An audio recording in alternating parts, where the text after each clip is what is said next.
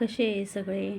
तर ठीकच असतील सगळे. तर आज मी पूर्ण किचन साफ करायला काढलं आहे, कारण की हवा तर चालूच आहे आणि त्याच्यासोबत धूर पण घरामध्ये खूप येते.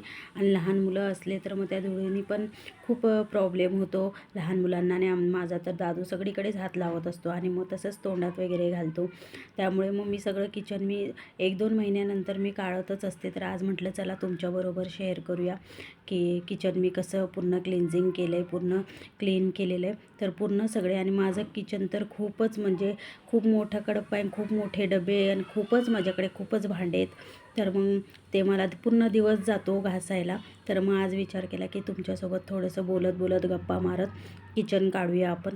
तर पूर्ण स्टीलचे डबे घासून घेतले आणि त्यानंतर जलमरचे जे वरती डबे ठेवलेले असते, ह्या डब्यांमध्ये आपण काही ठेवत तर नाही, पण मग जे काही नाही लागत वस्तू त्या सगळ्या ह्या डब्यामध्ये मी ठेवते आणि सगळे वरती ठेवते. पण ते काय होतं, तेलकट पण होतात किचनमध्ये डबे, तर ते घासावेच लागतात.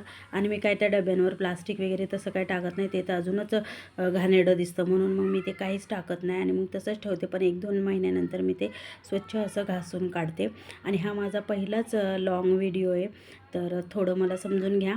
आणि बघा मी सगळं साफ करून घेतले, भांडेकुंडे माझे सगळे घासून झाले. त्याच्यानंतर मी पूर्ण कडप्पा साफ करून घेते ओल्या कपड्याने. आणि पूर्ण स्वच्छ झाल्यानंतर मग त्याच्यावर फॉईल पेपर वगैरे, आता ते फॉईल पेपर मला बरा पडतो, कारण की पेपर तर मला कसंच आवडत नाही त्याच्यामध्ये टाकलेलं काही, पेपर तर अजूनच घाण होतात.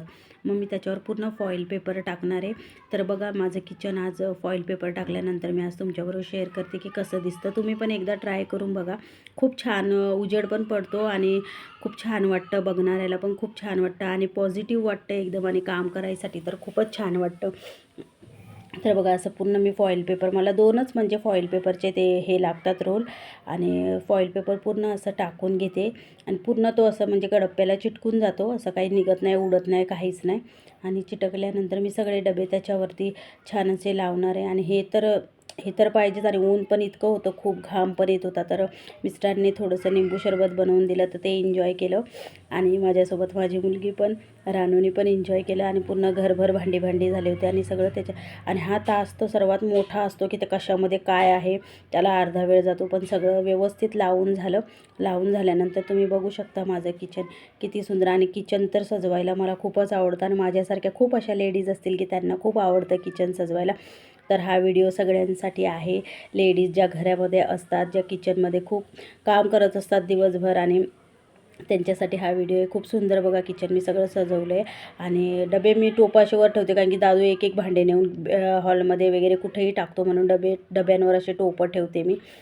जोपर्यंत त्याला कळत नाही तोपर्यंत तर ठेवणारच आहे. बघा किती सुंदर झालं.